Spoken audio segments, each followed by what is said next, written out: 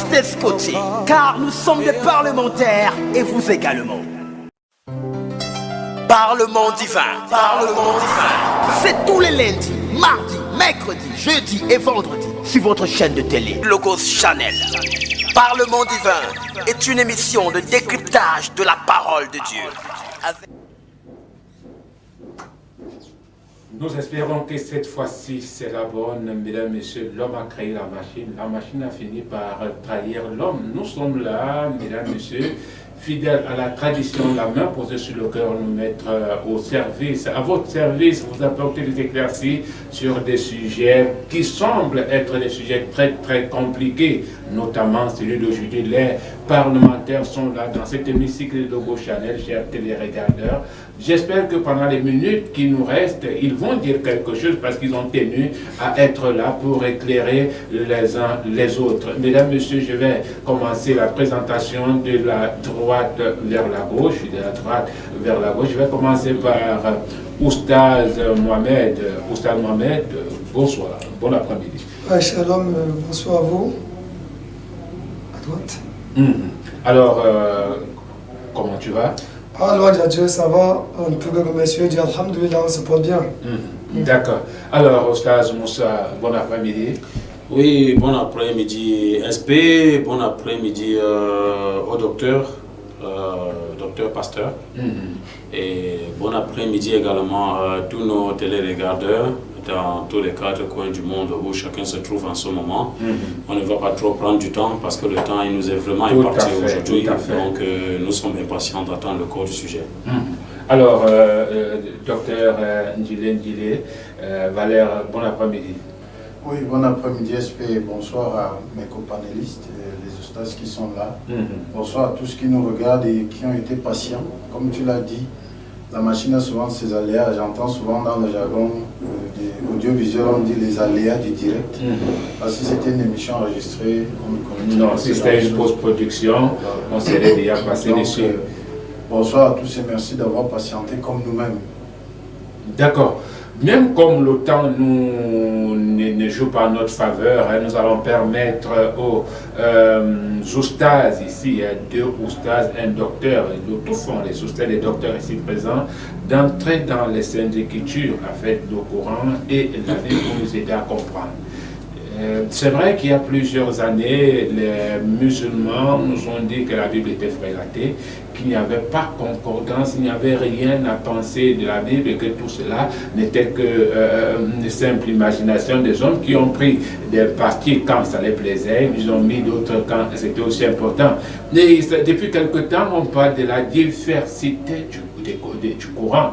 On nous disait qu'avant le Coran c'est un seul, universel, on peut retrouver le Coran un peu partout dans le monde, mais depuis quelque temps, il y a les doutes qui s'installent sur le Coran. De toute façon, le docteur ici présent va essayer de nous aider à mieux comprendre pourquoi et comment. Alors, je vais commencer par Oustaz Mohamed pendant 10 minutes. 10 minutes, vous nous aidez à comprendre le bien fondé du Coran. Qu'est-ce que le Coran nous montre comme étant quelque chose de fiable, quelque chose de bon, quelque chose qui puisse captiver l'auditoire. Nous, nos téléspectateurs qui nous regardent. Alhamdulillahi Rabbil Alamin, wal-aqibati wal-aqibati lil-muslimin, wal-udwana wal-adwa lil-zalimin. Abad, assalamu alaikum wa rahmatullahi wa barakatuh à tous les musulmans. Et shalom et rahim beroko à tous les téléregardeurs juifs et chrétiens.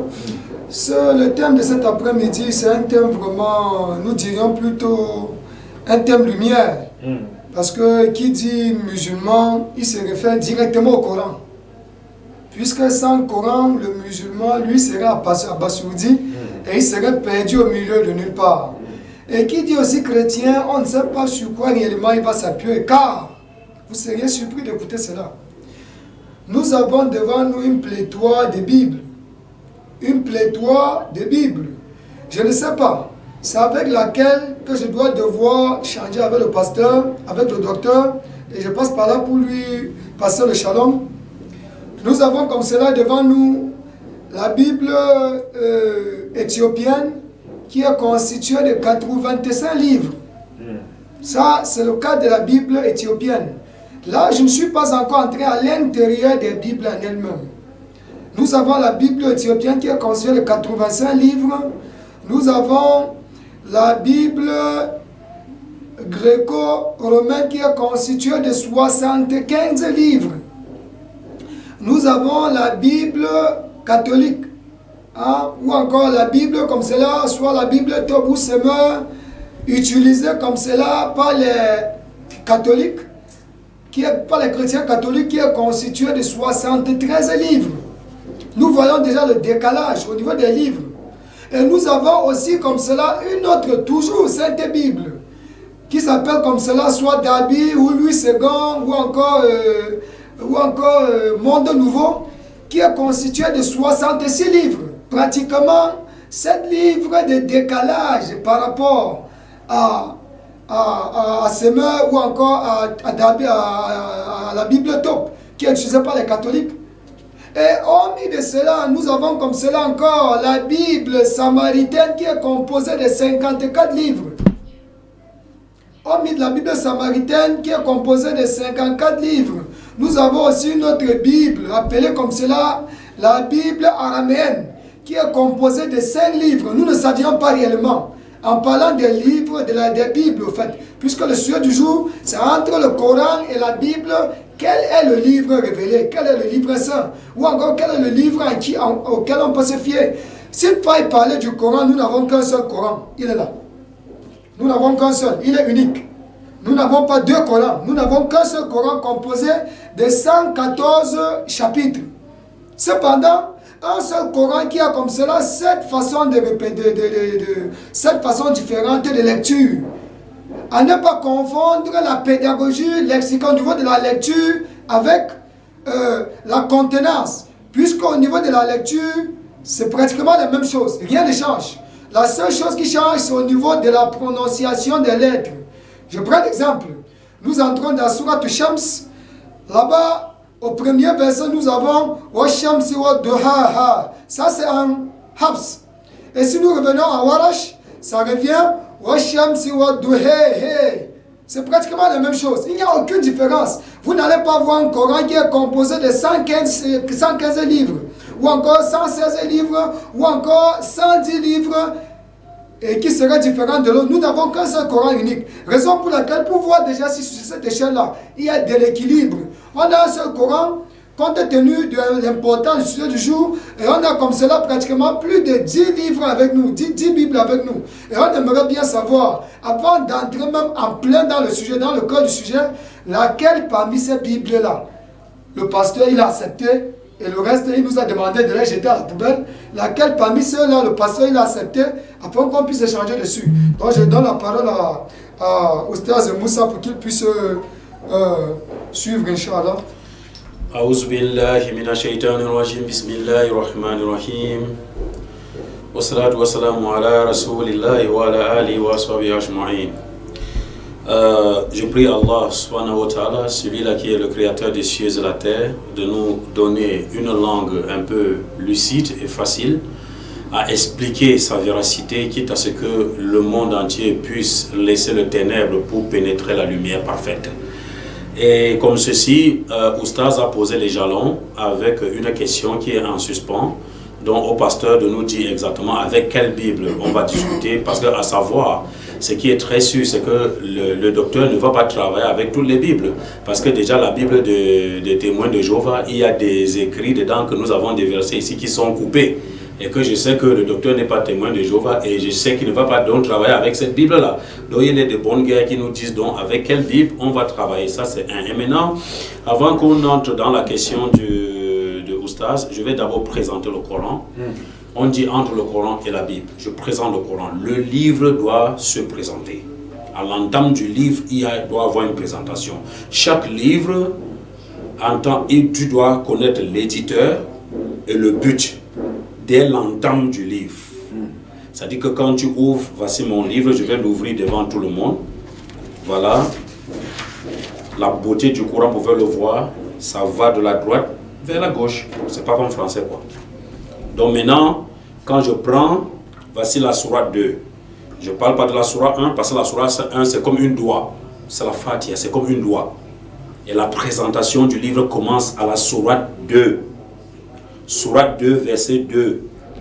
Allah dit, voilà, c'est le livre au sujet duquel il n'y a aucun doute. C'est un guide pour les pieux. Ça, c'est l'entame de mon livre. C'est-à-dire que Allah dit, ceci est un livre auquel il n'y a pas de doute. Et c'est un guide pour les pieux. Ça, c'est la présentation du livre. Et d'où sort ce livre?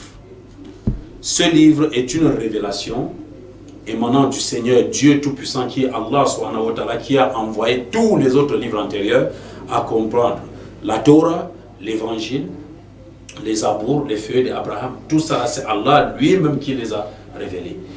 Donc, et il a donc envoyé le Coran pour confirmer tous ces livres-là et pour donc prévaloir sur tous ces livres. Ça veut dire que le Coran vient confirmer, ça veut dire que tous ceux qui ont vécu sous le joug de la domination de Moïse avec un livre qui s'appelait la Torah, tous ceux-là qui ont accepté l'Éternel avec ce livre comme guide sont tous partis au paradis. C'est ça qu'on appelle la confirmation. Donc nous confirmons qu'il n'y a pas que le Coran qui amène les gens au paradis, il y a eu des autres livres que l'Éternel a envoyés qui étaient aussi guides et lumières, qui ont également envoyé les gens au paradis. Et maintenant, le Coran vient en tant que le dernier livre de révélation par l'Éternel lui-même, le même Éternel, quand c'est venu donc, après avoir les confirmés, ça ferme dans la porte. Ça veut dire que ça prévaut sur tous ces livres-là. Prévaloir veut dire quoi? Prévaloir veut dire que maintenant tout le monde vivant de l'ère du Coran doit utiliser le Coran comme guide et lumière. Ça c'est automatique et c'est authentique. Voilà le Coran. Et maintenant je veux continuer avec la présentation du Coran comme Oustaz a posé les jalons.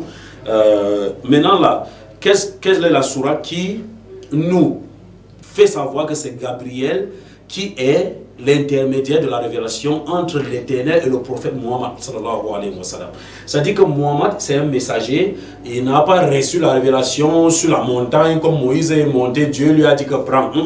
Il a eu un intermédiaire qui est l'ange Gabriel, qui est d'ailleurs le tout premier messager aux côtés de l'Éternel, qui est l'ami de tous les autres prophètes. Donc ça veut dire que l'ange Gabriel, il prend la révélation de l'Éternel Dieu Tout-Puissant et le retransmet fidèlement à Muhammad alayhi wa sallam, selon la sourate 5, verset 16. Je vais dire selon la sourate 2, verset 97. Donc pour paraphraser, donc c'est Gabriel lui-même. D'abord, on va lire sourate 2, 97, on va lire, donc pour qu'il y ait la confirmation, chacun doit savoir d'où vient le Coran. Donc, sourate 2, 97, excusez-nous une minute. Sourate 2, 97.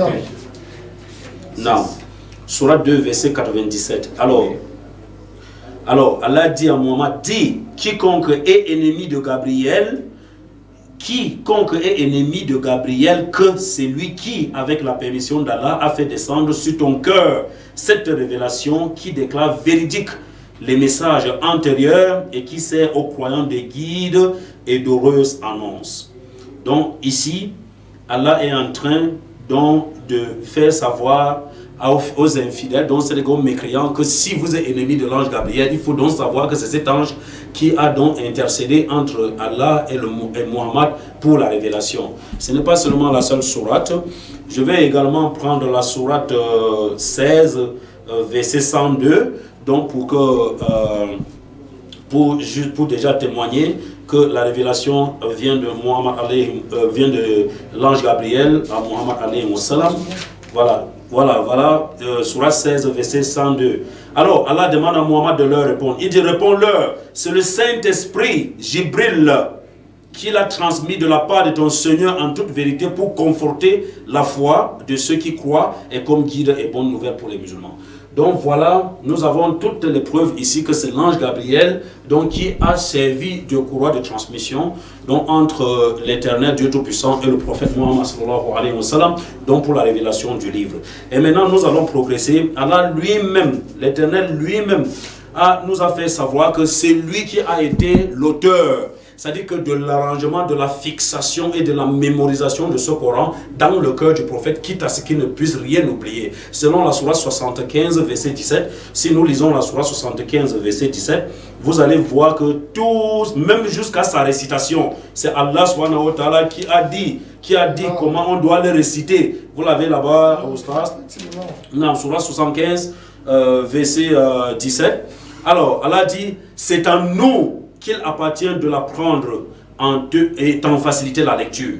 Donc, Allah dit ceci. Allah dit, c'est nous, Allah, qui sommes auteurs de la fixation de ce Coran dans ton cœur. C'est nous, Allah, donc qui t'avons, ma foi, montré même la façon de le réciter, le Coran. C'est nous qui sommes, nous Allah, c'est nous qui sommes auteurs de son arrangement et de sa mémorisation. Donc Allah dit que tout ce qui concerne le Coran, c'est lui qui est l'auteur de tout cela, selon la sourate 75, verset 17 à montant.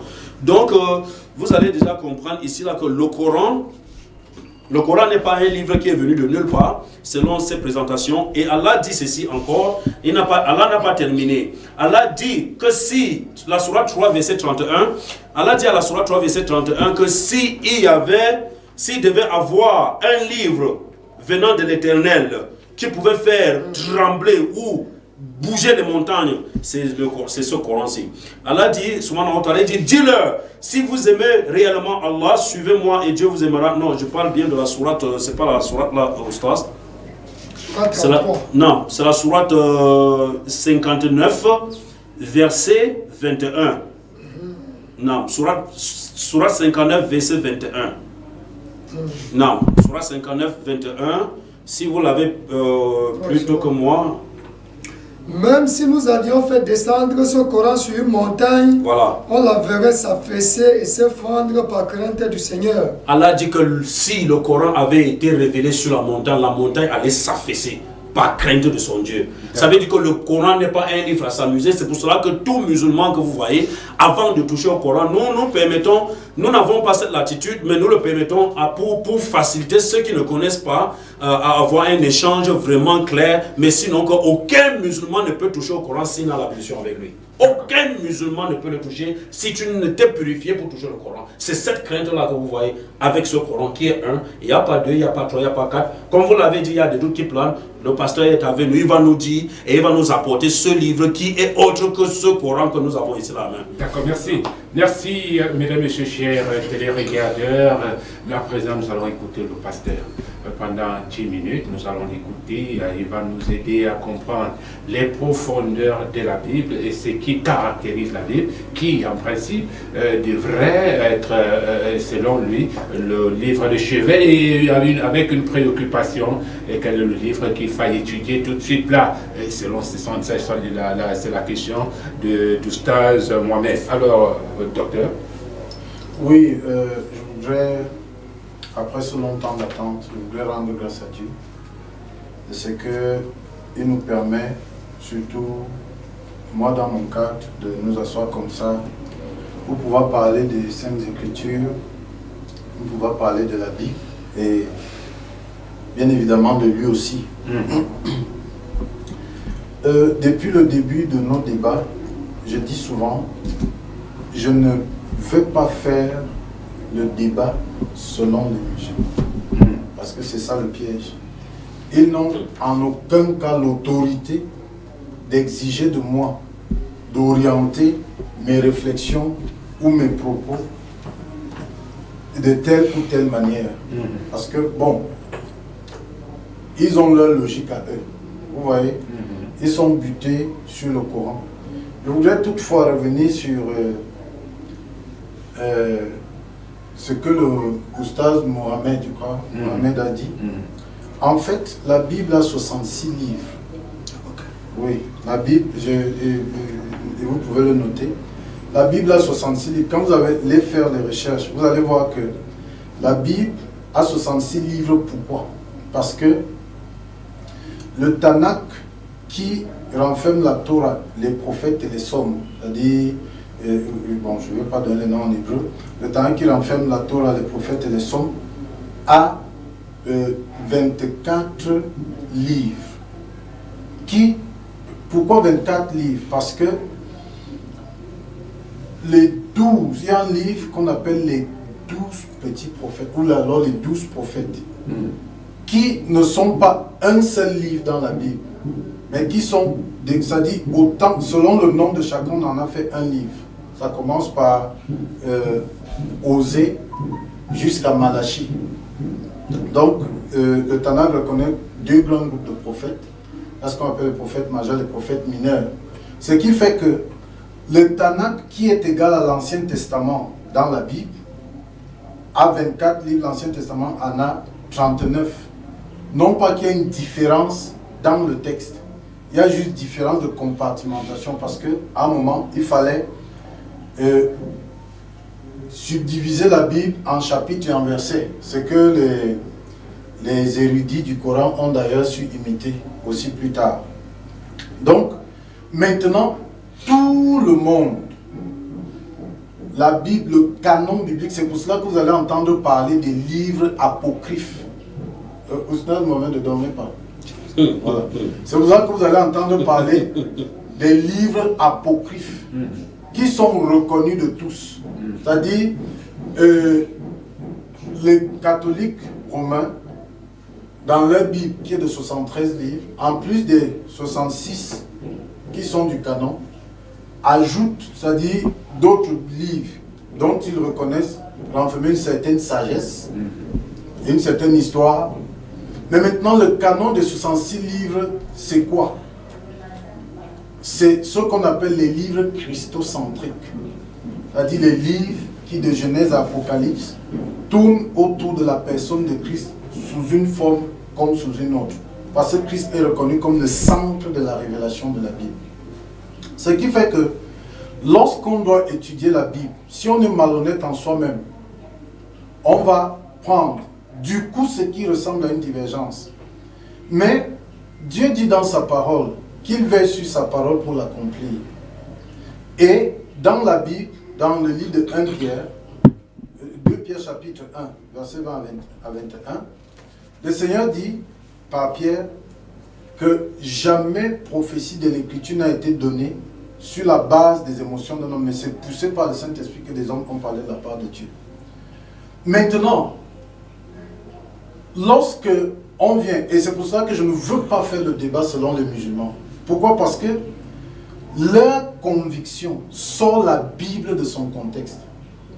Ils ne connaissent réellement de la Bible et non d'esprit pour la connaissance de la Bible que ce que le Coran semble donner. Et quand vous irez voir les références à la Bible qui sont dans le Coran, elles sont parfois très mal énoncées, parfois sorties de leur contexte, parfois sans véritable sens.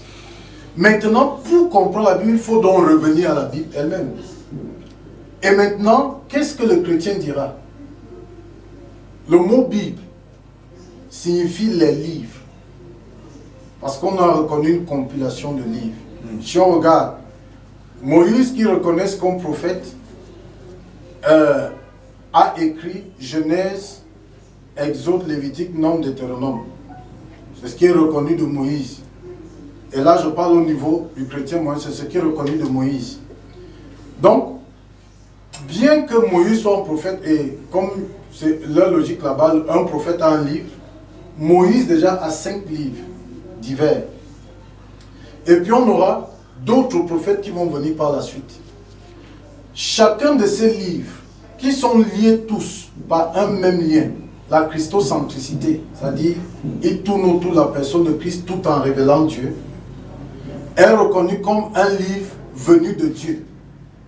Et c'est cette compilation de livres qu'on appelle Bible. Maintenant, il faut faire la différence. Lorsque j'ai déjà dit, il y a le canon, c'est-à-dire où tout le monde reconnaît, parce que les 66 livres, c'est ça qui était au départ retenu comme Bible. Les 66 livres. Lorsqu'il y a eu le concile pour s'asseoir et reconnaître les textes sacrés. Et pourquoi il a dû falloir y avoir ça? C'est parce que, à une certaine période, certains qui avaient de mauvaises intentions commençaient à sortir n'importe quoi pour l'assimiler et envoyer aux églises comme c'était la relation. Donc comme l'apôtre Paul dit, et l'apôtre Pierre le disent bien, l'ennemi va s'infiltrer. Il a donc fallu s'asseoir, se mettre devant Dieu pour circonscrire les livres. La même chose, pour ne pas aller loin, le Coran a subi la même chose. Au départ, il y avait 31 versions du Coran. 31. Et c'est le calife Othman qui va brûler toutes ces versions et maintenant circonscrire la version qu'ils ont maintenant, qu'ils présentent comme Coran unique. Pour dire, c'est ça la version que tout le monde doit suivre. Et c'était dans des actes très violents. Donc, aujourd'hui, c'est assez malhonnête de vouloir attaquer la Bible, la Bible sous ce point-là. Pourquoi? Il y a quelque chose que Jésus dit dans la Bible. Laissez croître le livret et le blé, je viendrai couper. Ce qui me permet de dire à ceux qui nous suivent que la Bible continue d'être une révélation jusqu'à présent. Parce que, contrairement à ce que les autres pensent, il y a un esprit, et ce Saint-Esprit ne s'appelle pas Gabriel. Il y a un esprit qui est l'Esprit de Dieu, que Jésus a annoncé dans Jean 14 et dans Jean 16, qui allait venir, et qui est descendu dans Actes des Apôtres. Et je voudrais dire ceci. C'est pour ça qu'il dit souvent, quand on prend la Bible hors de ses contextes, ou hors de son contexte, on floue tout. Parce que lorsque le Saint-Esprit descend à la Pentecôte, ça tombe très bien, parce que dans l'Ancien Testament, dans Lévitique 23, le Seigneur avait annoncé les étapes que sa révélation va suivre, par cette fête qu'il a annoncée. C'est pour cela que le chrétien, après la Pâque, qui est l'immolation de l'agneau, qui est Christ, il y a la vie de pain sans levain, qui est la vie du péché ôté, comme Jean a dit de Jésus, voici l'agneau de Dieu qui ôte le péché du monde. Et après ça, il y a la fête des prémices, qui est symbolisée par la résurrection de Christ. 50 jours après, il y avait la fête des moissons, la fête des récoltes, qui est symbolisée dans la vie chrétienne par la descente du Saint-Esprit, parce que c'est le jour où le Saint-Esprit a choisi pour descendre. Et c'est par l'Esprit de Dieu que nous appelons Dieu notre Père. Ce qui signifie que l'Église, qui n'est pas un courant religieux, mais l'ensemble de tout ce qui confesse Jésus-Christ comme Seigneur et Sauveur, a commencé ce jour de la Pentecôte. Maintenant, ce que le chrétien attend, parce qu'après la Pentecôte, le chrétien attend fêter la fête des trompettes avec Dieu.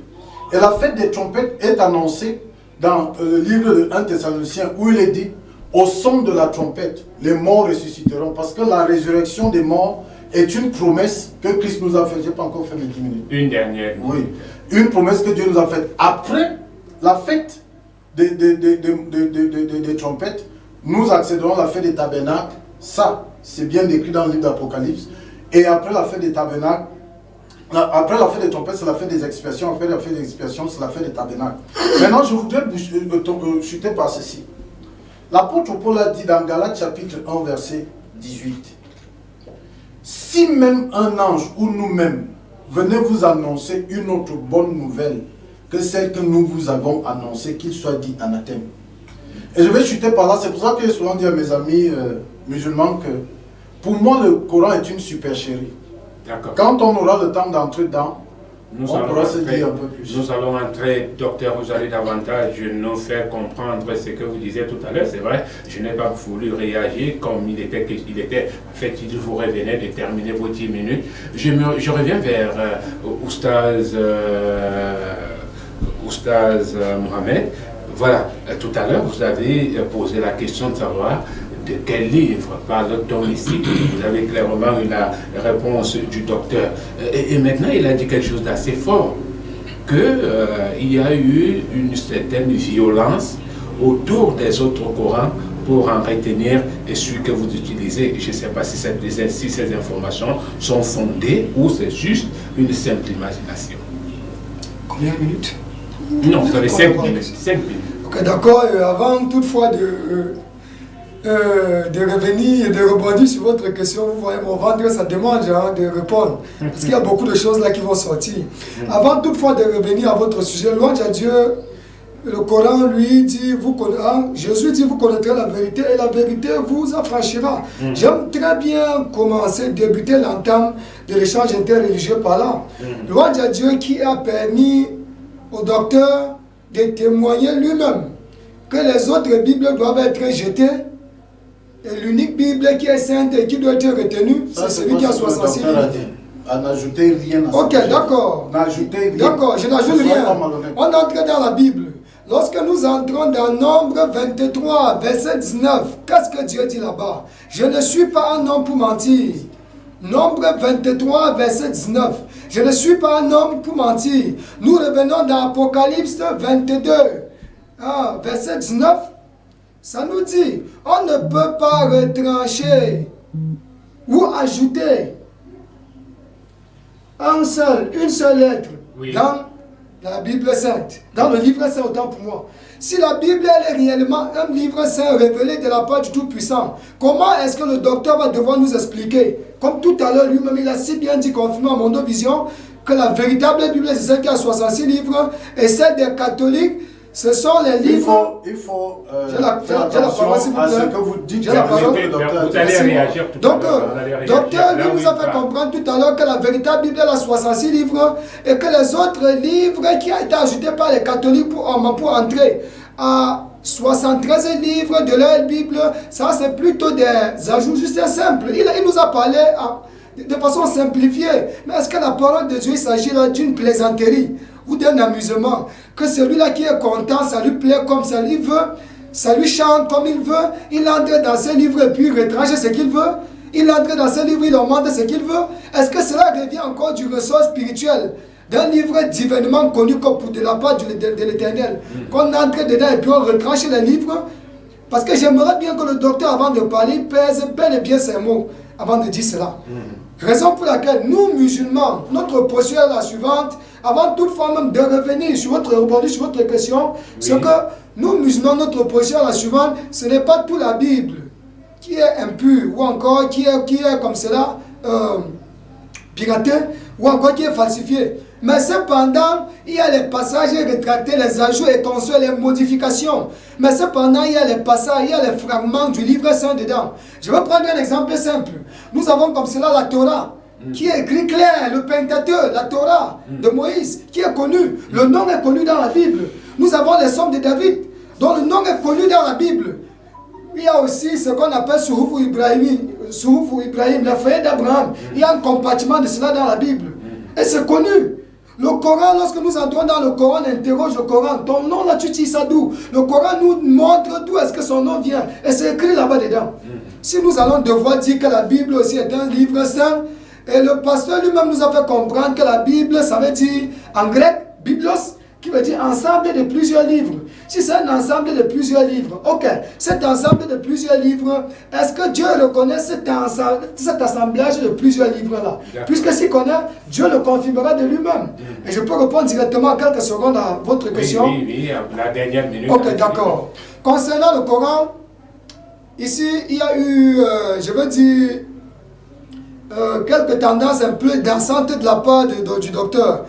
La vérité véritable dans cela, c'est que le prophète Muhammad, il a reçu comme cela pour révélation 6236 versets du Coran. Tout cela, il a été écrit et mis sur les supports variés du vivant du prophète Muhammad.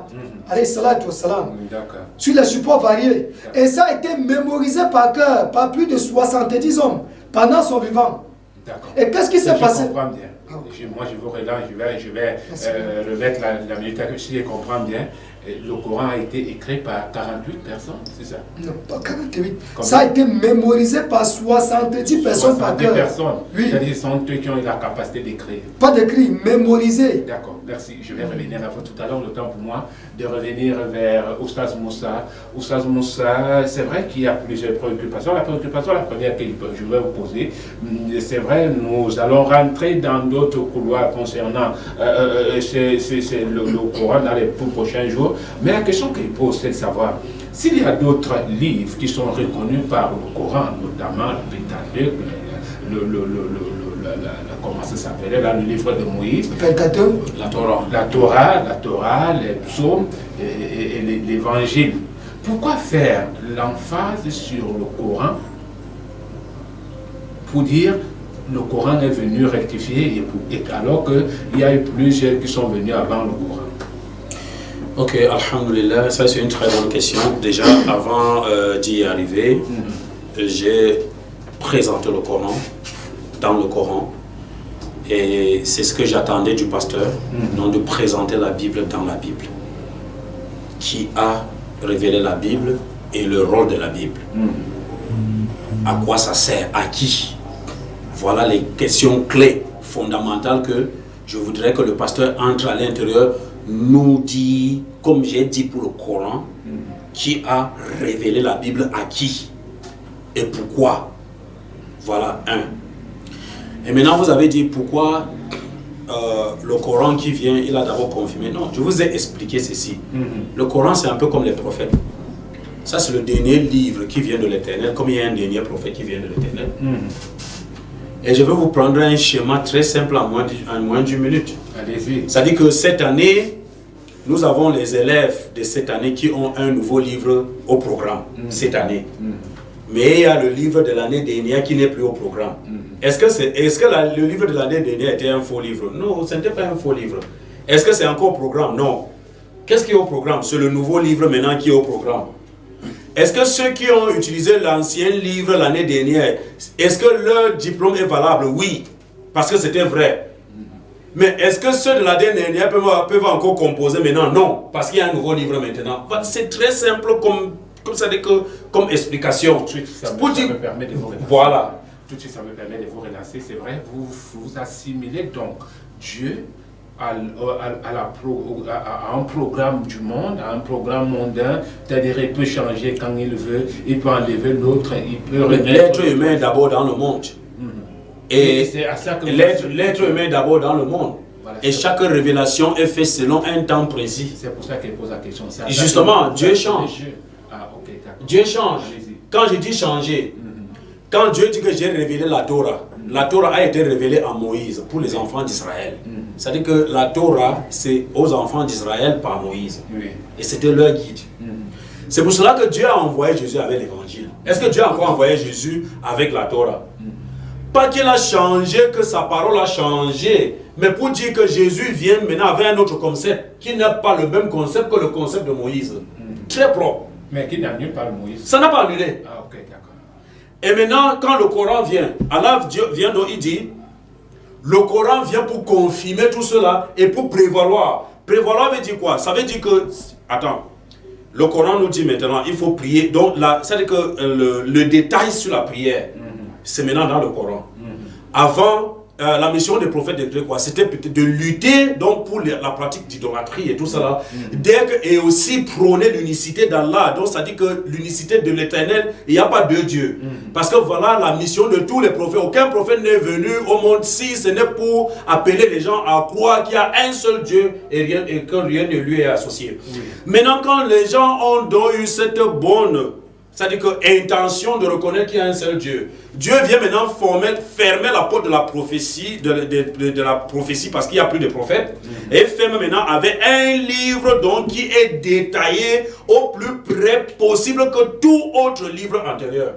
C'est-à-dire que le détail du paradis, le détail de l'enfer, le détail de la résurrection, le détail de l'accouchement, le détail de tout ce que tu veux, même le détail de tout ce qui va se passer dans la tombe, même les interrogatoires, c'est dans le Coran. Et nulle part dans aucun livre antérieur ça le trouve. Bien que c'est l'Éternel qui a envoyé. C'est pour cela qu'il dit que celui-ci prévaut, parce que c'est ici que tu vas trouver maintenant tous les détails pour ta vie, que ce soit ici, que ce soit pour l'au-delà. D'accord, une dernière question. Allez-y. La dernière question, c'est de savoir.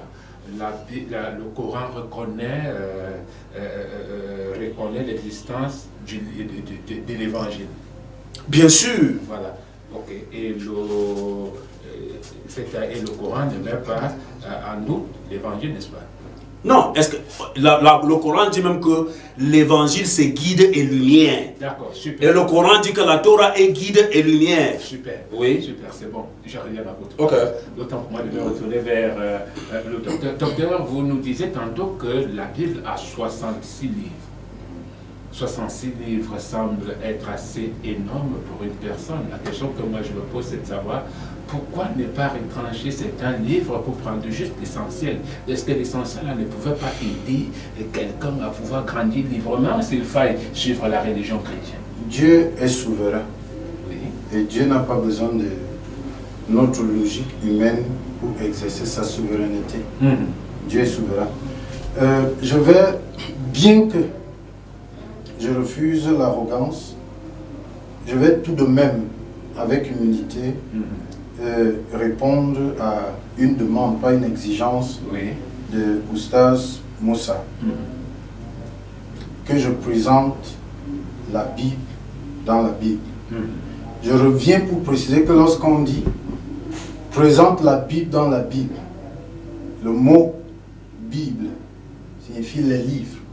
Donc, va dans la collection des livres et montre-nous là où on parle des livres. C'est sa question là-bas. Je ne sais pas si je me trompe. Maintenant, quand tu vas dans 2 Timothée, chapitre 3, versets 16 à 17, voici ce qui est dit. Toute écriture est inspirée de Dieu. Donc, ça vient de qui? De Dieu. Et utile pour enseigner. Pourquoi? Pour enseigner, pour convaincre, pour corriger, pour instruire dans la justice, afin que l'homme de Dieu soit accompli et propre à toute bonne œuvre. Donc, si on veut faire du jeu des enfants, c'est ça le passage. si on veut faire du jeu des enfants, je vous ai dit, je ne veux pas répondre à l'arrogance.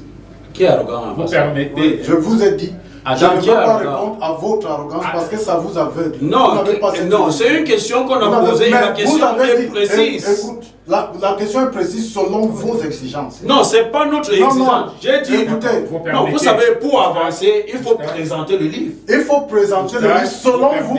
Voilà le livre qui a parlé de lui-même. J'ai parlé de la sourate 2, verset 2. Écoutez, la Bible, ce n'est pas les sourates. Et je vais vous dire quelque chose, si vous permettez que je continue. Oui.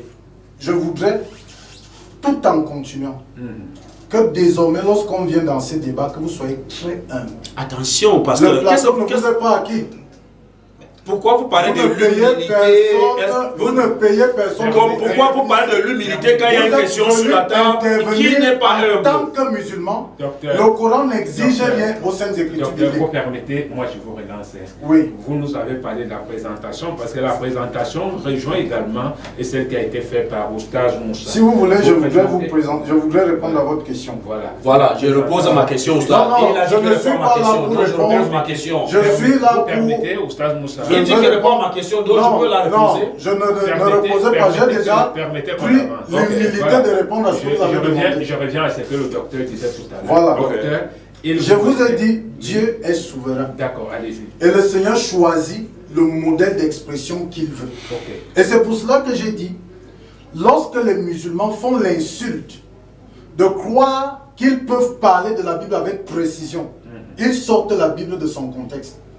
C'est des bêtises de dire que le Coran vient confirmer la Bible, parce que le Coran sort la Bible de son contexte. Le Coran n'a jamais dit qu'il vient confirmer la Bible. Bon, c'est écrit nulle part. Mais si tu reconnais que, écoute, parce que dans votre limite, vous ne savez pas de quoi vous parlez. Lorsqu'on parle de la Bible, on parle des livres sacrés qui sont reconnus par les chrétiens. Ok. Maintenant, ces livres sont subdivisés ainsi qu'il suit. Le Pentateuque, que les Samaritains, parce que contrairement à ce qu'il a dit, la Bible samaritaine, ce n'est pas 54 livres, c'est 5 livres. Les Samaritains ne reconnaissent que les 5 livres de Moïse. Donc, le Pentateuque, les 5 livres de Moïse, les 12 livres historiques, les 5 prophètes majeurs, les 12 prophètes mineurs. Maintenant, on va arriver au Nouveau Testament. Et ce qu'on appelle l'évangile, parce que si vous leur demandez, c'est quoi l'évangile dans le Coran, il n'y en a pas. Ce qu'on appelle l'évangile, et Jésus n'a jamais écrit un livre. Jésus n'a jamais écrit. Ce qu'on appelle l'évangile, c'est quoi? En même temps, les 4 évangiles qui sont reconnus et les épîtres. C'est ça le Nouveau Testament. Parce que les épîtres ne se détachent pas des 4 évangiles. Les épîtres sont comme un commentaire autorisé par Dieu. Autorisé par Dieu sur les 4 évangiles pour montrer, parce que Jésus, les évangiles parlent de la vie de Jésus, mais Jésus annonce la vie de l'Église, qui est monitorée par le Saint-Esprit. Vous voyez un peu. Ça fait que maintenant, lorsqu'on va entrer, selon la logique d'un musulman, qui ne se rend pas compte de son aveuglement, il fait l'insulte de dire, oubliez tout ce qu'on vous a dit. Le Coran ne peut pas avoir autorité sur ce livre. Je vais vous dire quelque chose. Le stade Mohamed a dit que la Bible, le texte sacré n'est pas un texte qu'on vient couper, qu'on vient prolonger comme on veut. Deutéronome 4, verset 2. Oui, c'est pas ce que Deutéronome 4, verset 2 dit. Donc, n'est pas celui qu'on vient couper, qu'on vient orienter comme on veut. Oui. Maintenant, je voudrais les ramener vers le Coran. Dans les hadiths, Sunan Ibn Majah, 1944, il a été rapporté qu'Aïcha a dit: les versets sur la lapidation et sur l'allaitement des adultes ont été révélés, et les feuillets étaient avec moi sous mon oreille. Quand le messager d'Allah est mort, nous étions préoccupés par son enterrement et un mouton est venu les manger. Ça, c'est d'abord, ça montre qu'il y a quelque chose qui manque. Le reste est dans le ventre du mouton. Peut-être c'est pour cela qu'il sacrifie le mouton. Maintenant, dans les hadiths toujours, Souti Ikan 46, 4118, Aïcha a dit: la sourate 33 des factions, Al-Azhar, se lisait du temps du prophète avec 200 versets.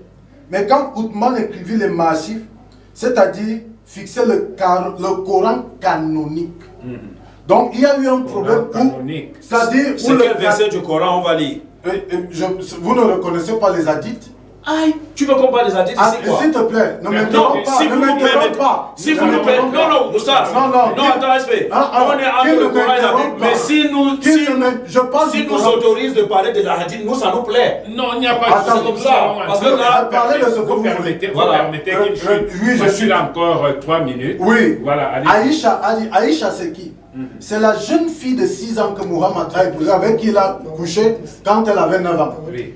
Qui était donc son épouse préférée dans sa vieillesse. C'est elle qui dit, la sourate 33, comme ils disent que rien n'a été retranché, avec plus de 200 versets. Aujourd'hui, la sourate 33, je crois qu'elle a 73 versets. Avec plus de 200 versets, et donc pratiquement plus de 100, non, elle a, je crois, 56 versets. Plus de 100 versets ont été enlevés par l'autre, le calife Othman. Pourquoi?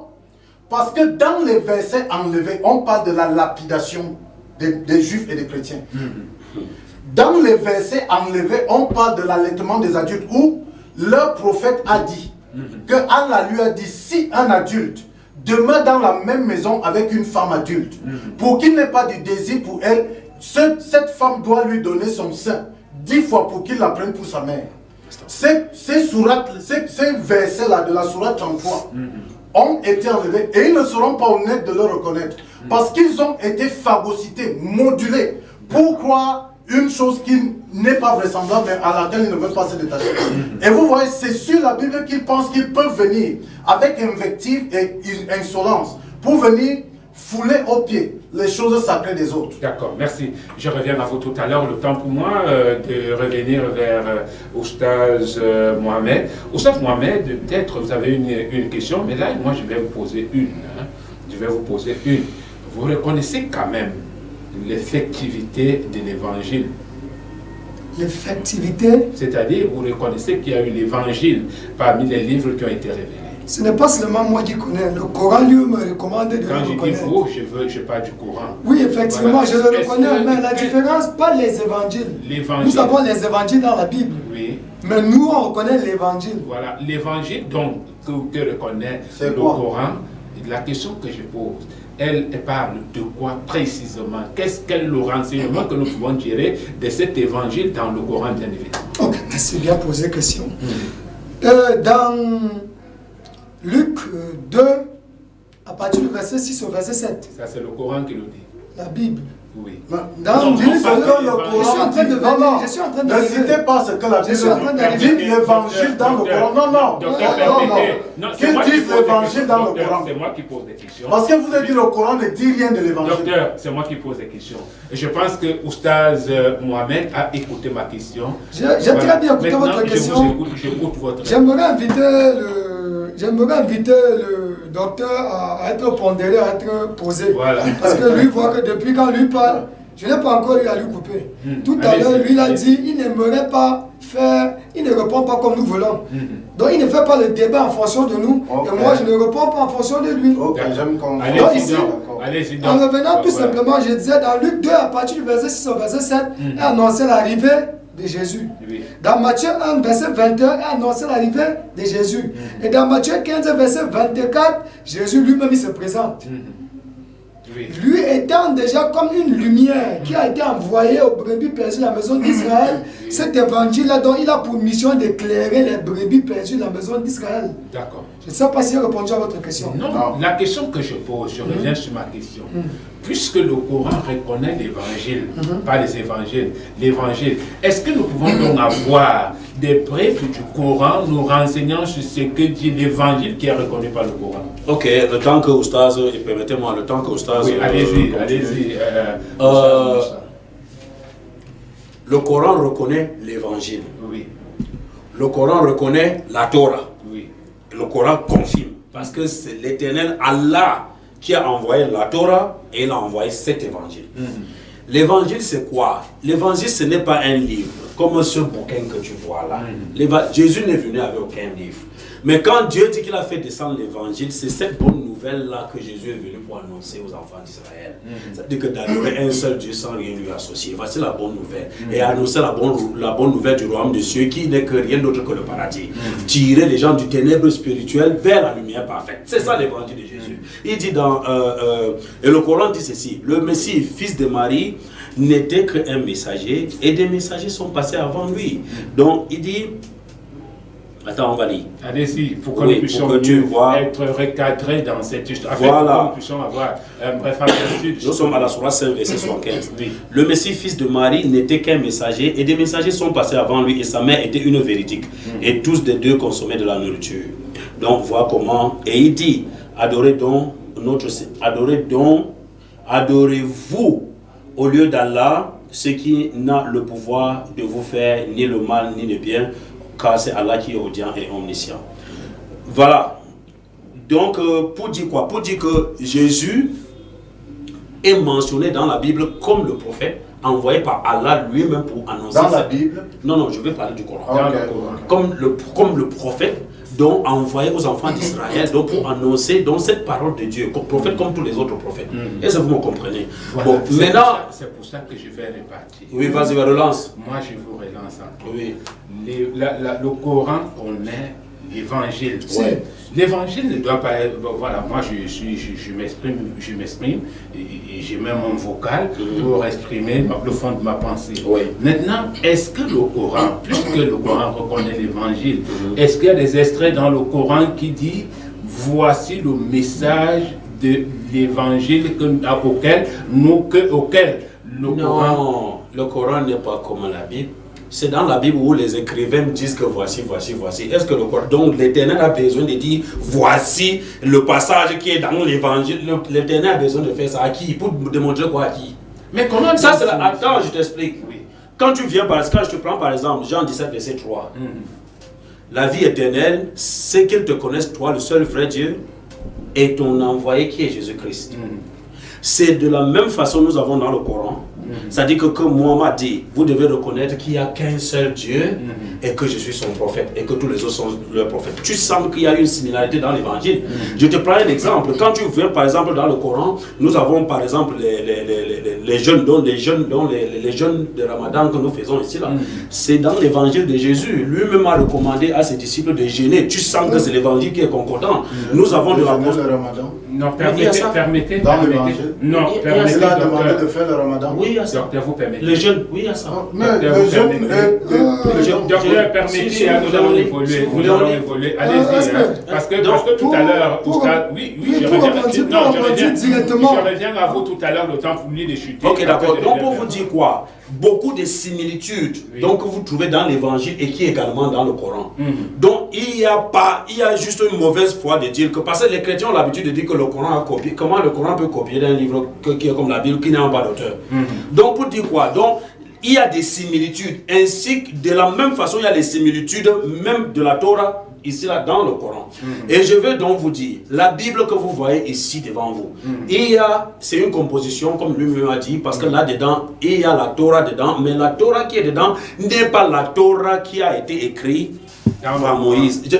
Dans la Bible, n'est pas la Torah qui a été écrite par Moïse. Juste une simple démonstration pour qu'on avance ensemble. Quand tu prends par exemple Deutéronome, Deutéronome 1, verset 1, tape un peu Deutéronome 1, verset 1, il est écrit Moïse, voici ce que Moïse enseigna à ses disciples quand il monta à la colline. Quelqu'un qui est supposé écrire quelque chose est encore cité au passé. Par exemple, le Deutéronome 34, verset 5 jusqu'à 6, il dit Moïse mourut à l'âge de 120 ans et tout l'Israël le pleura pendant 30 ans. Comment Moïse qui a écrit le Deutéronome dit encore qu'il mourut et les gens ont pleuré pendant 30 ans? C'est pas possible. Oustaz Moussa, je reviens vers vous maintenant. Oustaz Mohamed, alors vous vouliez réagir tout à l'heure? Oui, effectivement, par rapport à votre question, vous allez vous demander est-ce qu'on peut avoir un parmi les fragments de l'évangile dans le Coran, effectivement. Oui, et comment reconnaître que ça c'est un fragment de l'évangile? Il faut que Jésus lui-même parle là-bas. Puisque le Coran n'a pas été révélé à Jésus, mais plutôt l'évangile lui a été révélé. Donc il s'exprime. Mais Jésus, il est question que j'ai cru entendre le docteur dire que Jésus n'a. En fait, je crois que c'est Oustaz, quelqu'un parlait tout à l'heure que Jésus n'avait pas de livre précisément. Non, mais est-ce que l'évangile c'est un livre comme le Coran, comme ça il a c'est pas ça? Quand lui dit qu'il n'avait pas de livre, ça veut dire qu'il ne s'agit pas d'un livre en papier comme ça. Oui, mais cependant, c'est une révélation qu'il a reçue que les hommes ils ont gardé en cœur. Voilà. C'est sur cette base que les prétentieux, excusez-moi de le dire, que les prétentieux, ils ont compilé les évangiles aujourd'hui. On a par exemple celui-là qu'on appelle Saint-Luc. À l'emphase de son évangile, qu'est-ce qu'il dit? Après avoir fait des recherches exactes, Luc 1, 2, après avoir fait des recherches exactes des événements qui se sont déroulés, il m'a semblé bon. Ça, c'est un livre de Dieu. Donc, c'est un exemple que je prends. C'est pour cette raison que je revenais pour dire, comme Oussa Moussa l'a dit, il ne s'agit pas d'un livre typiquement écrit comme ça, passé comme cela on appelle ça comment?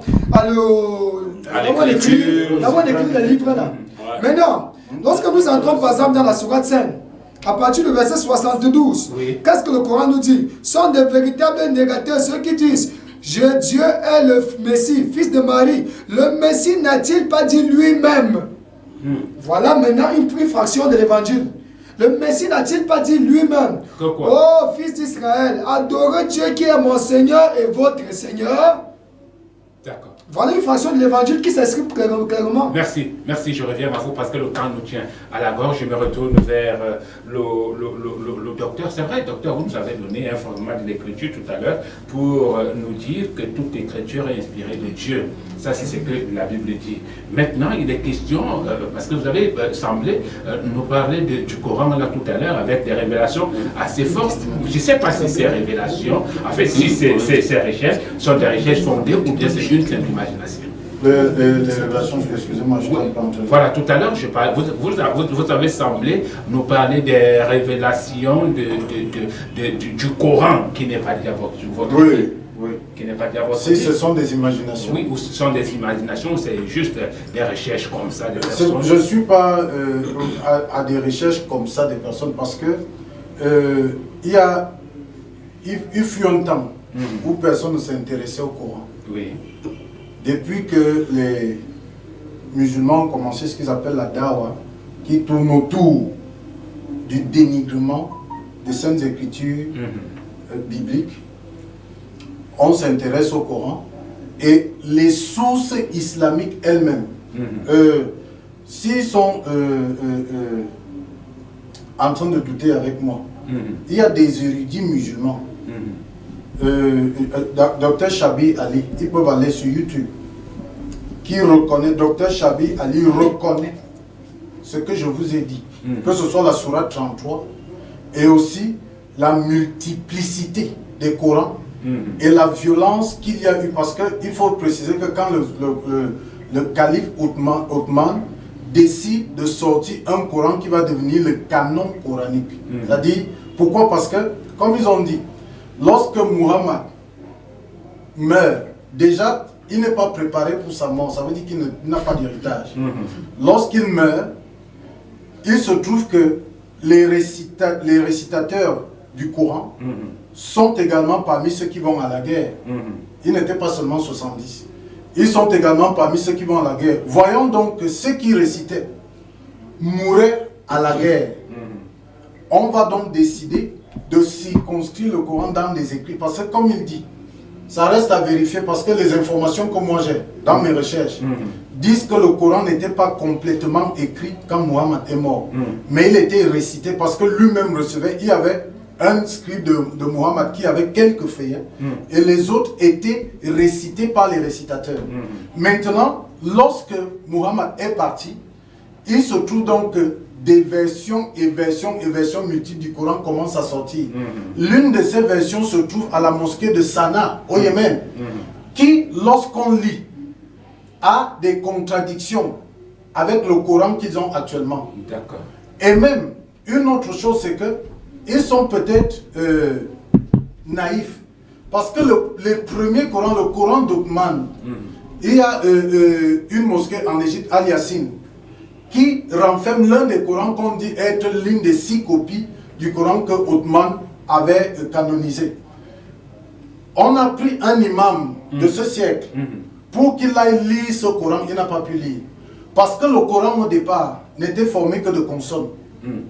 C'était une langue arabique. Et je vais vous dire quelque chose, peut-être c'est une information pour chuter. Non, non, je ne peux pas chuter. Comment? Pour chuter, le temps nous tient à la gorge. Mais comment vous pouvez prendre, si nous sommes sérieux, comment vous pouvez prendre 20 minutes avec 2 personnes et avec moi vous donnez 3 minutes? Je ne peux pas prendre 20 minutes compte tenu du temps que mais vous prenez 20 minutes avec moi, j'ai fait 2 minutes, vous voulez me couper? Allez-y. Ok. Allez-y. Jeudi n'est pas férié. Nous espérons que le Seigneur va nous accorder la grâce d'être là à l'heure et de commencer également cette émission à l'heure. Allez, je pousse. Vous m'avez un peu coupé, je me suis même un peu perdu. D'accord, il n'y a pas de souci. Je disais ceci, je reviens. Je disais ceci. Donc, ce qui fait et je ne peux pas sortir sans finir par ceci. Ils disent, Jésus a dit qu'il faut que la vie éternelle, c'est qu'ils te connaissent toi, le seul vrai Dieu, celui que tu as envoyé, le Christ. Ok. Voici Jésus qui parle de lui-même. S'il vous plaît, allez-y, docteur. Matthieu chapitre 16. Jésus étant arrivé dans le territoire de Césarée, de Philippe demanda à ses disciples, qui dit-on que je suis moi, le Fils de l'homme? Ils répondirent, les uns disent que tu es Jean-Baptiste, les autres Élie, les autres Jérémie, ou l'un des prophètes. Et vous, leur dit-il, qui dites-vous que je suis? Simon-Pierre répondit, tu es le Christ, le Fils du Dieu vivant. Jésus reprenant la parole lui dit, tu es heureux Simon, fils de Jonas, car ce ne sont pas la chair et le sang qui t'ont révélé cela, mais c'est mon Père qui est dans les cieux. Et moi je te dis, tu es Pierre, et sur cette pierre je bâtirai mon église. Donc, merci. Ici, okay, je finis. Je finis par... Si vous ne me coupez pas, je finis avec Matthieu chapitre 24, verset 17. En 30 secondes, oui, en 30 secondes. Écoutez, le pasteur est en train de nier Jean 17, donc je ne nie pas, ne me mentez pas. Ça dit qu'il prend un verset contradictoire. Je ne contredis pas la Maintenant, il a dit des choses, il a dit des choses que je dois nettoyer. Il a dit des choses que je dois nettoyer en 30 secondes parce que si ça reste gravé dans la tête des téléspectateurs.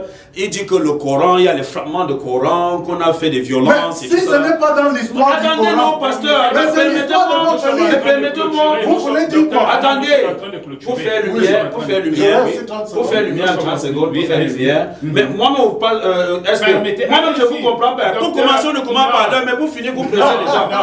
Il y a une émission tout à l'heure, vous permettez, voilà. Regarde l'aspect. Quand le prophète est parti, je dois d'abord vous dire que les Arabes, l'arabe n'a pas seulement un seul arabe. C'est-à-dire que la langue arabe là, c'est pas un seul. Donc il y a beaucoup des arabes avec des termes différents en arabe. Okay. Et les disciples de Muhammad alayhi wa sallam avaient les différents langages là. Chacun voulait écrire le Coran en sa propre langue. Écoutez-moi, je vous explique. Écoutez-moi, je vous en prie. Non, attends, je chute. Allez-y rapidement. Et là, chacun voulait qu'on écrive le Coran en sa c'est-à-dire qu'en sa langue là, c'est pour cela que dans le Tohubohu là, on a donc décidé, autrement qui dit là, donc on doit conserver la langue du prophète. C'est ça la langue là ici. Si ça avait été comme vous dites là, si ça avait été comme vous dites que le Coran c'est à beaucoup de versions. Mais comment vous dites que je mens? Pourquoi vous dites que on vous appelle le lumière, vous dites que ça n'a jamais été apporter les hadiths, ça on va ici.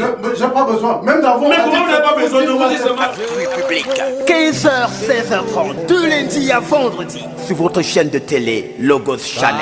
Restez scotchés, car nous sommes des parlementaires et vous également.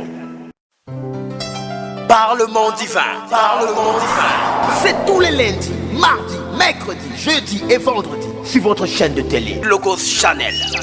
Parlement divin est une émission de décryptage de la parole de Dieu avec appui public. 15h, 16h30, de lundi à vendredi sur votre chaîne de télé Logos Channel. Restez scotchés, car nous sommes des parlementaires et vous également. Parlement divin, Parlement divin. C'est tous les lundis, mardis, mercredis, jeudis et vendredis sur votre chaîne de télé Logos Channel. Parlement divin est une émission de décryptage de la parole de Dieu avec appui public. 15h, 16h30, de lundi à vendredi sur votre chaîne.